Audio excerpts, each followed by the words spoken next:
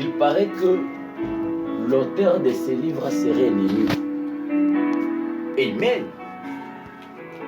Ce livre de 2 Chroniques est composé de 36 chapitres. Dans les 36 chapitres, si nous commençons du premier chapitre au 9e, on nous parle sur les règnes du roi Salomon.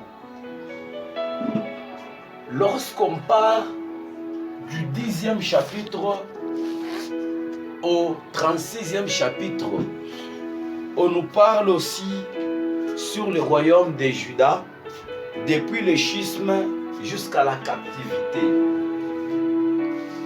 Une chose que vous devrez retenir, dans des 10 au 36 chapitres, il y a l'histoire des rois de Juda avec une succession de mauvais, aussi des bons rois. Mais moi, je ne peux pas me marteler en train de citer seulement les mauvais rois. Moi, je vais essayer de citer les œuvres de quelques bons rois en fait. Amen.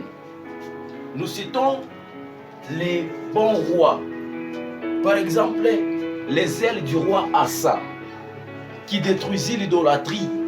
C'est écrit dans les livres des 2 Chroniques, chapitre 14 et le chapitre 15. Vous allez comprendre que ce roi n'a pas voulu accepter que l'idolâtrie demeure dans le pays qui lui était. Il s'est levé avec beaucoup de zèle, il a détruit cela. Amen. Il y a aussi la piété de Josaphat, se confiant en l'Éternel. C'est écrit dans les livres des 2 Chroniques, le chapitre 20.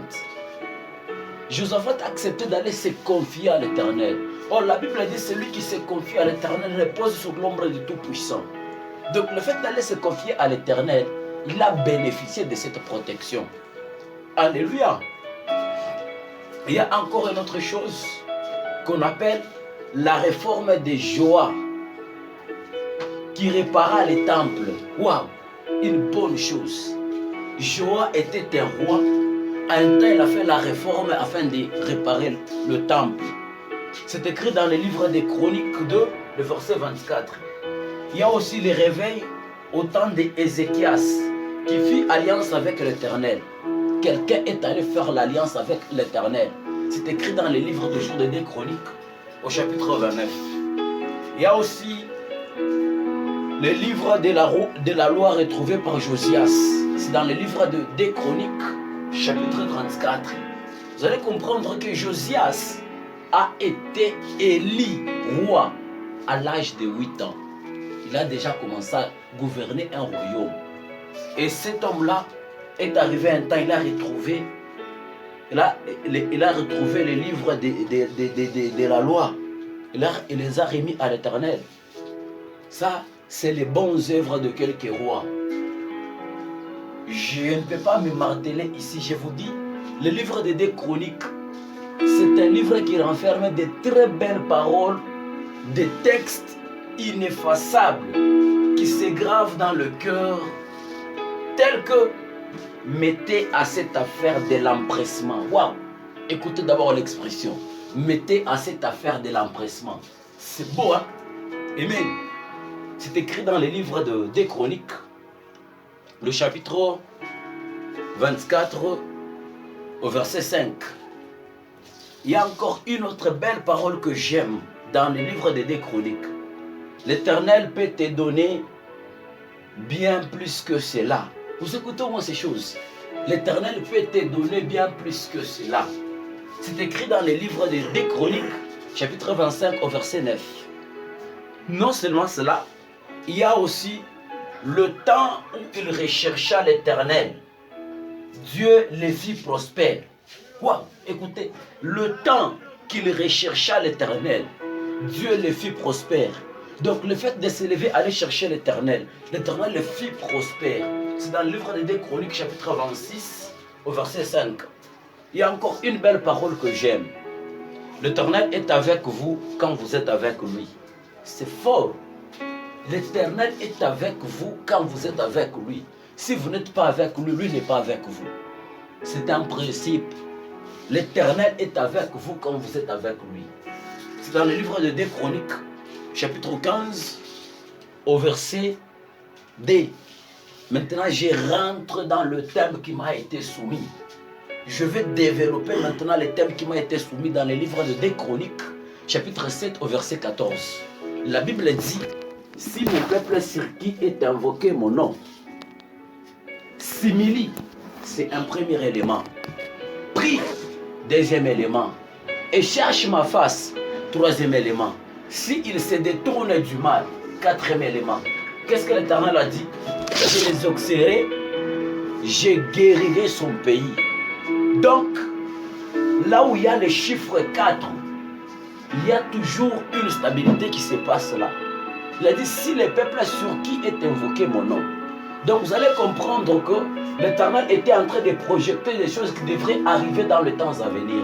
Il comprendrait déjà qu'il y aura un temps que le peuple va s'égarer de lui. Pendant que le peuple va s'égarer de Dieu, et ce peuple commencera à vivre dans une vie de misère.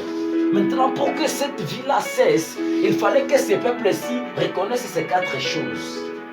Alléluia. Première des choses, on parle de l'humilité. Deuxième des choses, chercher la face. Prier et chercher la face et détourner aussi des mauvaises voies. Il y a 4 chiffres. Aujourd'hui, je vais donner cette expérience à 2 dimensions. Je peux parler dans les domaines prophétiques, mais je vais prêcher les Écritures. Je peux parler aussi dans la connaissance. Je pars déjà avec le chiffre 4. Le chiffre 4, vous allez comprendre dans le livre de Genèse. Le soleil est apparu au 4e jour. Ce n'est pas au hasard qu'on a mentionné ici les 4 éléments. La Bible me dit encore, Jésus-Christ était avec ses disciples, il partait. On est venu lui dire que celui que tu aimes, Lazare, est malade. Il dit, cette malade, ce n'est pas une maladie. Ce n'est pas une maladie de l'amener à la mort. C'est pour la gloire de Dieu. Lazare est mort. On a informé à Jésus que Lazare est mort. Jésus n'était pas parti. C'était le premier jour. Le deuxième jour, Jésus n'était pas parti. Le troisième jour, Jésus n'était pas parti. Jésus est allé sur le tombeau de Lazare le 4e jour. C'est-à-dire toi et moi, même dans le livre d'Ésaïe, on dit les ténèbres ne régneront point pour toujours.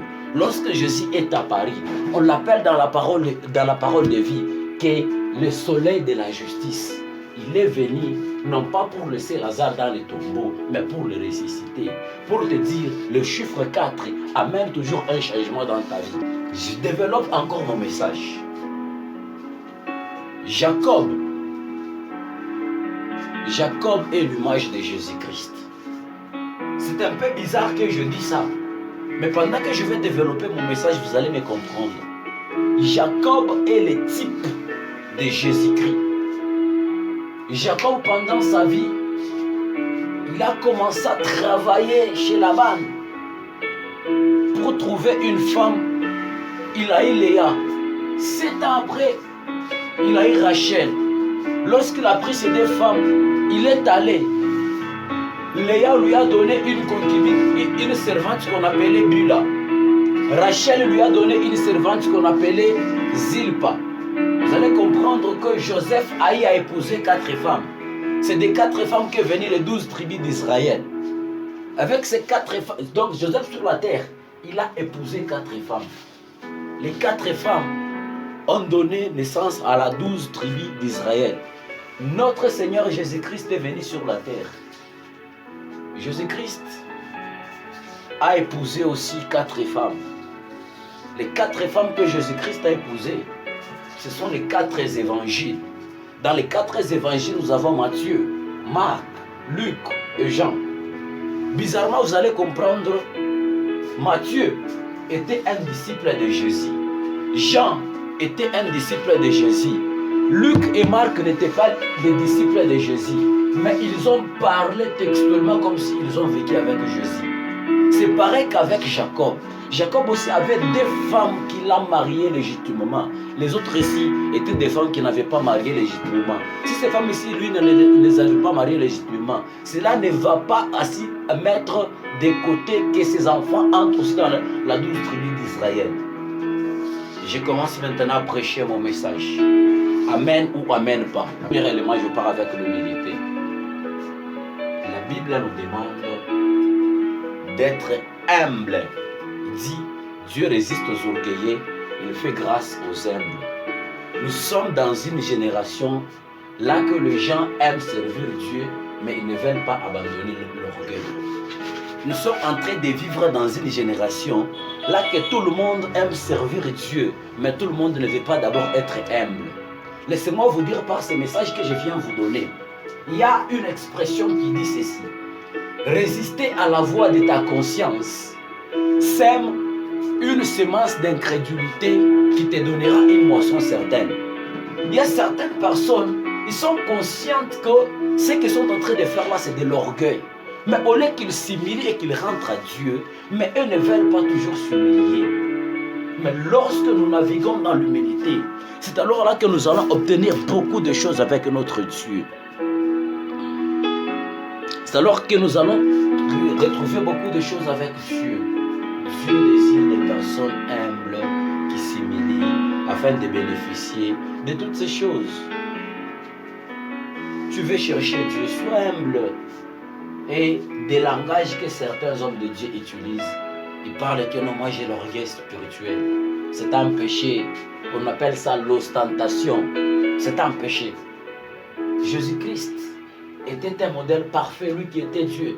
Il s'est retrouvé quelque part avec ses disciples.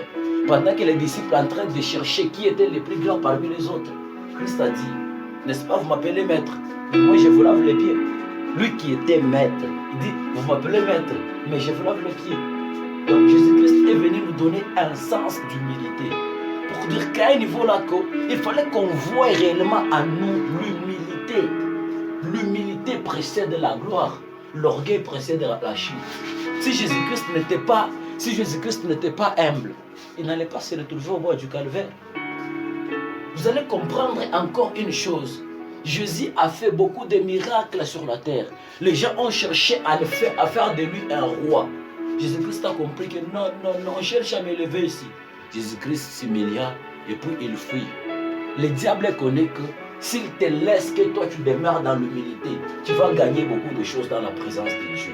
Et lui ne veut pas que tu demeures dans l'humilité. Il cherche à te faire emporter par l'orgueil. C'est pourquoi la Bible a dit, lorsque je fermerai le ciel, lorsque j'enverrai les sauterelles pour manger vos cultures, lorsque je vous enverrai la peste, s'il y a une manière de combattre ces choses ici, c'est de vivre dans l'humilité. Amen ou amen pas. Je vole déjà avec le deuxième élément. Je passe sur l'humilité. Je vole déjà avec le deuxième élément, c'est la prière. Waouh! Bien aimé, une fois j'étais à la maison, j'ai écouté un papa en train de prêcher dans une chaise roulante. Ce papa-là était déjà avancé en âge. Il dit, il n'y a pas de triomphe en dehors des genoux. Pour dire, si nous voulons triompher, nous devons prendre nos genoux ici et les fléchir devant Dieu. Commencer à l'invoquer. La prière a une puissance de changer la situation dans laquelle toi-même tu te disais que c'est impossible. La prière a une puissance de changer une situation là que toi-même tu dis que c'est impossible. Il faut être des hommes de prière. Il faut être des personnes qui aiment chercher Dieu dans l'intimité. Il faut être des personnes qui désirent toujours prier.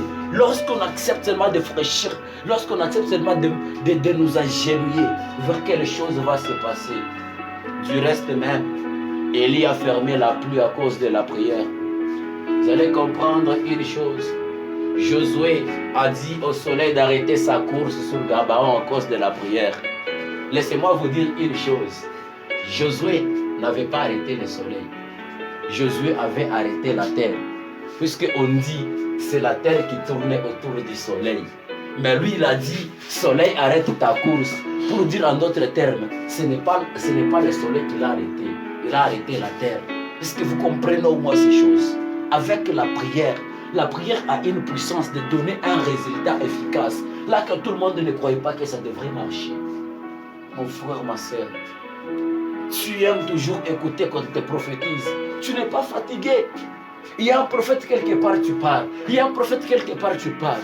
Est-ce que toi, tu ne peux pas écouter Dieu avec tes propres oreilles? Or, la prophétie n'est qu'un résultat d'intimité avec Dieu. Développe une intimité avec Dieu. Au lieu que Dieu vienne te parler, au lieu que tu puisses écouter la voix de Dieu par les autres, il fallait que l'autre aussi vienne te parler, c'est déjà une confirmation. Mais Dieu t'a déjà dit tout dans le secret. Et vous aimez toujours faire ceci. Et pour bien prier, un véritable enfant de Dieu doit se fixer un programme. Il faut qu'il y ait un programme. Sans le programme, on ne saura jamais prier. Fixe-toi un programme. Le Seigneur Jésus-Christ a été arrêté dans son programme. Judas savait que je pars le vendre, je viendrai le retrouver à Gethsemane. Parce que Jésus-Christ avait un programme. C'est ce qui a fait qu'il puisse vivre une vie de puissance et de victoire. Mais toi, tu aimes opérer dans des dimensions de puissance. Mais tu n'as aucune intimité avec Dieu.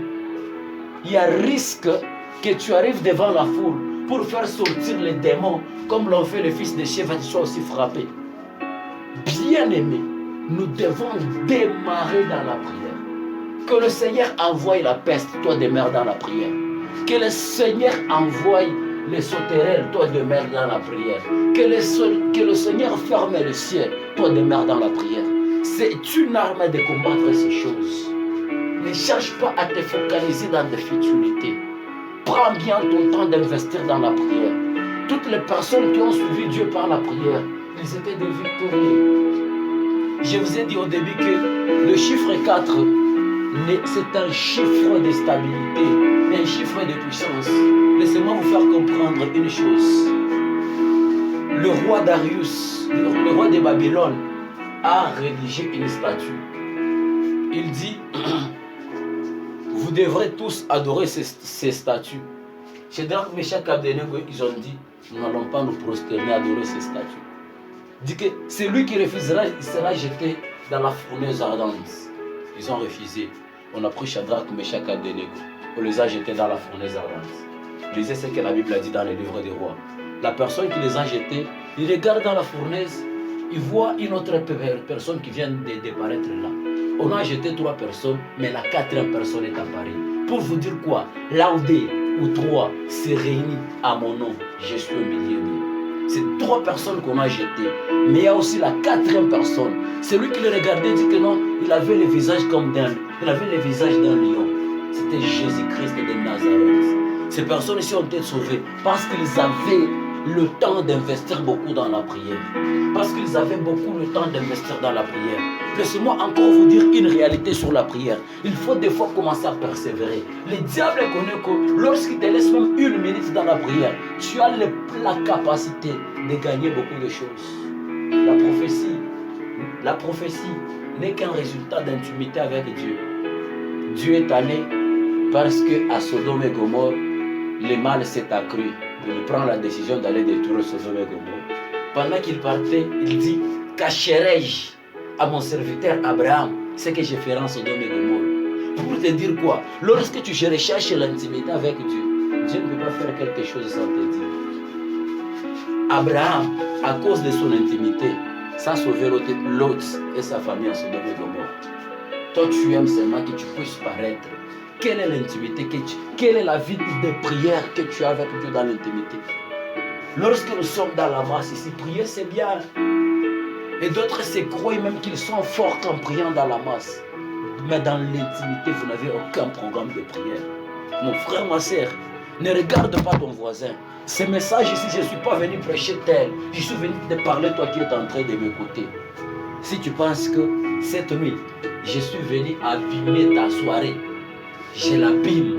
Mon objectif est que tu changes et que tu te fixes un bon programme de commencer à rechercher Dieu.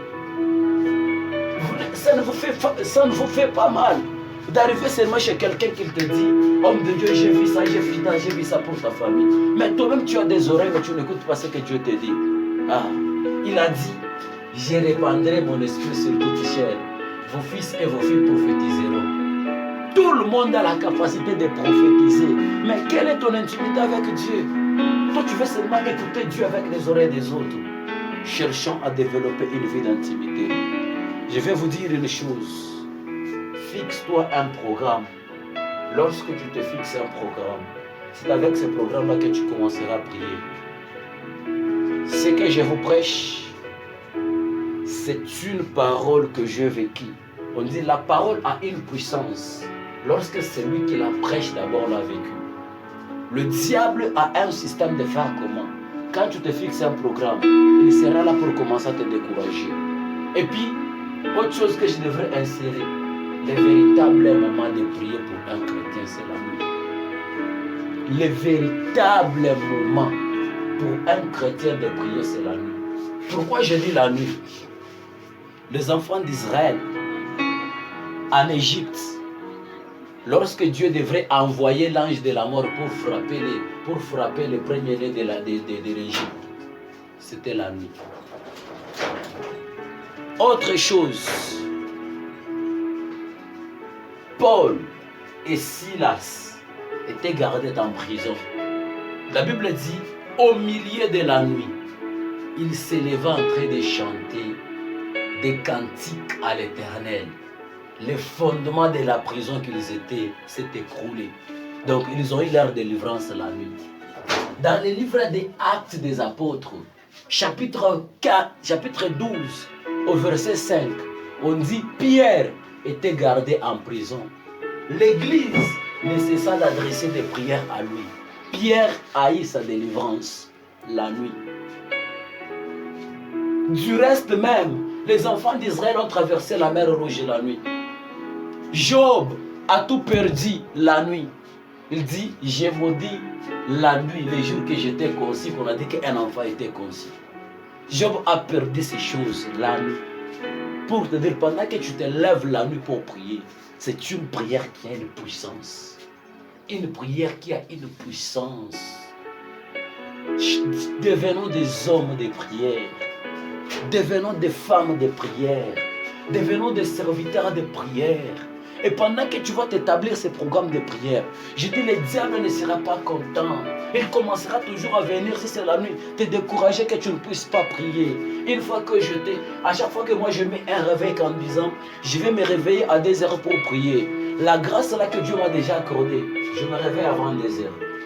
Je peux me réveiller même à 1h50. Je me dis, waouh, il y a encore 10 bonnes minutes. Et je dors alors à 22h, à 2h je me réveille. Le fait seulement de mettre ma tête pour dormir, je me réveille à 8h. Mais j'avais le temps de prier. Je me réveille déjà, il est 8h. Ça, c'est une stratégie que le diable utilise. Il connaît que si je laisse cette personne ici en train de prier, il va faire beaucoup de choses. Pour te dire quoi, mon frère, même si tu t'es déjà fixé un programme de prier, tu regardes tellement ta montre qu'il est temps. Lève-toi, prie avec ta faiblesse. Mieux vaut répondre à un programme que tu as fixé à Dieu que de ne pas répondre à ce programme. Vous imaginez, moi je suis chez moi. Pendant que tu fixes un programme, je suis chez moi, je fixe un programme avec un ami qui non, viens telle heure me voir, il vient. Et cet ami-là, c'est ma fiancée. À l'heure que la fiancée vient, moi j'ai fermé la porte. Elle trouve la porte fermée. Comment est-ce que ça va lui faire? On dit que cet homme-ci n'a pas d'estime pour moi. C'est ce que vous faites à Dieu. Tu te fixes un programme en disant, je vais commencer à chercher Dieu à telle heure. Mais lui vient, toi tu n'es pas là. Demain encore il vient, tu n'es pas là. Or, il faut être des personnes qui persévèrent, même quand les choses ne marchent pas. La Bible me dit dans le livre de Luc, le chapitre 18, il y avait un juge. Ce juge-là n'avait point de crainte pour l'Éternel. Il ne craignait personne. Il y avait aussi une veuve. Cette veuve est allée voir ses juges en disant, fais-moi justice à ma partie adverse. Pendant qu'il partait, le roi l'a refusé. La femme l'a continué. Le roi l'a refusé. La femme l'a continué. Le roi l'a refusé. La femme a continué à aller jusqu'au point où le roi se dit, il fallait que je fasse justice à cette femme. Si je ne fais pas justice à cette femme, il y a risque qu'un jour qu'elle vienne avec la machette pour m'emporter la tête. C'était une manière que le Seigneur Jésus-Christ était en train de nous dire. Lorsque tu entres dans la présence de Dieu et que tu pries, la chose ne vient pas. N'abandonne pas. Persévère, persévère. Il t'attend là où tu dois arriver. Tu es prêt d'arriver, mais tu abandonnes. Pourquoi vous abandonnez? Qui te dit que quand tu pries, le Seigneur ne parle pas, ça dit qu'il n'écoute pas ta prière? Qui te dit que lorsque tu pries, le Seigneur n'écoute pas? Ne dis rien, n'écoute pas ta prière. La peste est en train de venir. Le ciel est en train d'être fermé. Pour combattre ces choses, nous devons nous consacrer beaucoup dans la prière. Amen ou amen pas. Bien-aimés, nous devons beaucoup nous consacrer dans la prière. Lève-toi, cherche Dieu, prie. La prière a une puissance de faire beaucoup de choses dans la vie. Ouais, il y a une star de la musique, il y a une star du rap que j'aime qu'on appelle Georges.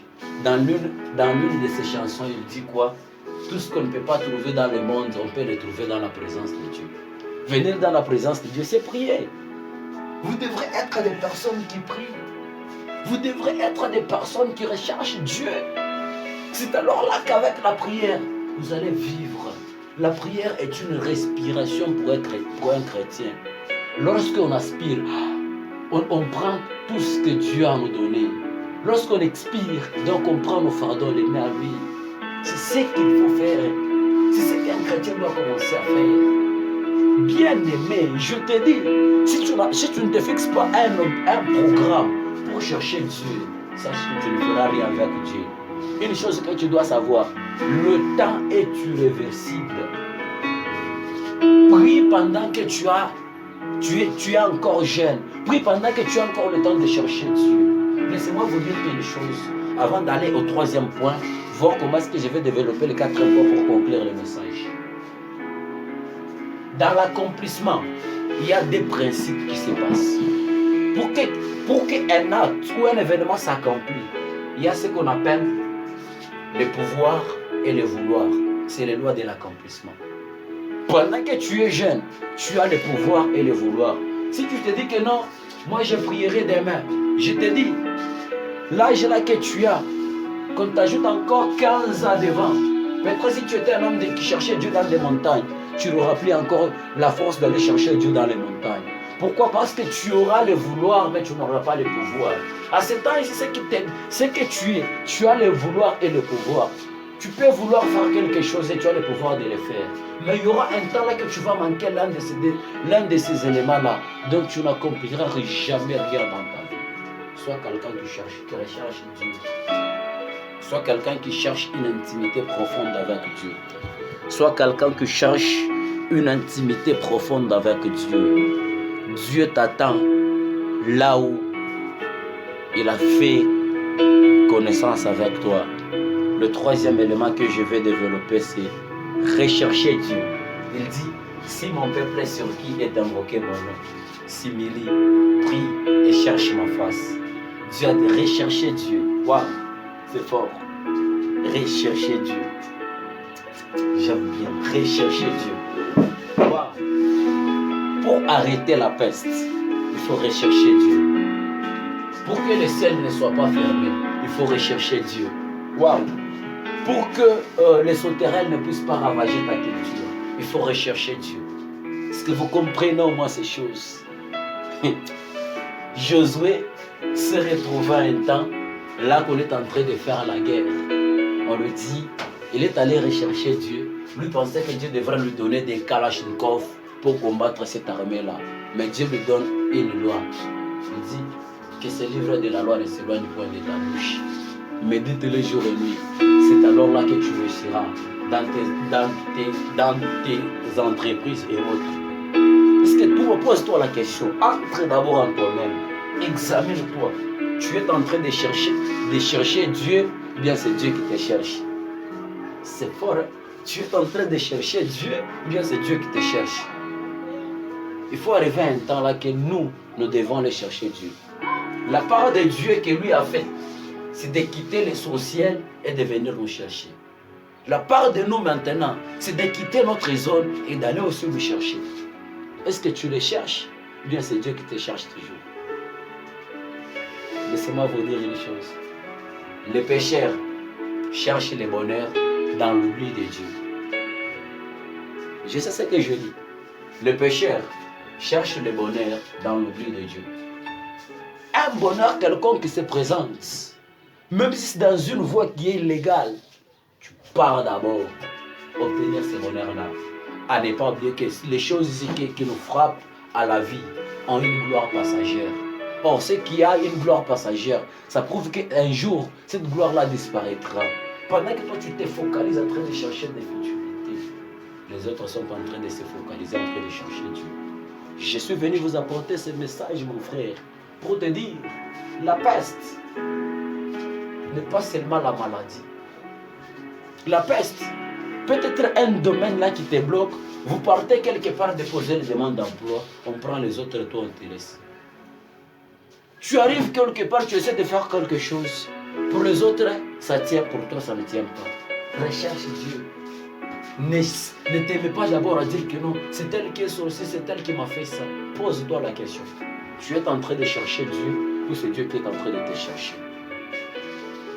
L'enfant prodigue, je vais vous dire une chose, l'enfant prodigue a été emporté par la gloire présente. Il était immature.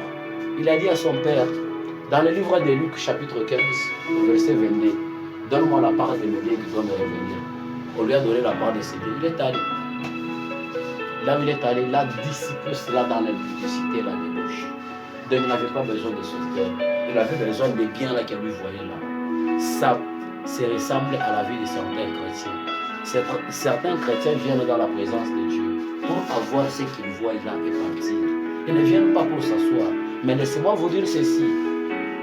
Lorsque on entre dans les choses de Dieu, on est condamné à aller jusqu'au bout. Aller au bout, c'est être spirituel. Tu ne peux pas faire 15 ans depuis que tu avais commencé avec Dieu. La même parole qu'on peut prêcher à un païen, de la manière que ça va toucher un païen, ça te touche aussi. Là. Roland Dallot a dit ceci, le péché n'a pas le même goût à celui qui a déjà touché Dieu. Alléluia. C'est pour vous dire quoi? Les personnes qui recherchent Dieu, ils arrivent à souder une intimité profonde avec leur Dieu. Nous devons être dans la catégorie de ce genre de personnes. Des gens qui recherchent Dieu. Ce n'est plus encore le temps que Dieu doit nous chercher. C'est à nous maintenant d'aller vers lui. Lui a déjà fait un pas, il nous tend la main. Lève ta main, avance là où il t'attend. Mon frère, ma soeur, la peste est en train de venir. Le ciel est en train d'être fermé. Les sauterelles sont en train de ravager ta culture. Recherche Dieu. À cause de ta prière, il peut sauver ton pays. À cause de ta prière, il peut sauver ta famille. À cause de ta prière, il peut changer ce qui n'était pas changeable. C'est pourquoi en ce moment, nous devons être des personnes qui recherchent Dieu. Lorsque tu viens à Dieu, qu'est-ce qui te motive? Est-ce que tu viens pour te faire voir aux hommes ou tu as compris que Dieu t'avait cherché? C'est ton tour maintenant d'aller les chercher. Nous devons être des personnes qui recherchent Dieu. Lorsqu'on vient à lui, il nous accueille toujours. Il nous accueille toujours. Il a besoin de nous. Laissez-moi nous dire ceci. Vous voyez dans le marque, Jésus jusqu'aujourd'hui, dans ses mains, il porte les marques de nos douleurs. Et que tu acceptes de prendre une ferme décision. Je ne sais pas là où tu es, tu dis que non, j'ai fait d'abord un pas en dehors de moi-même.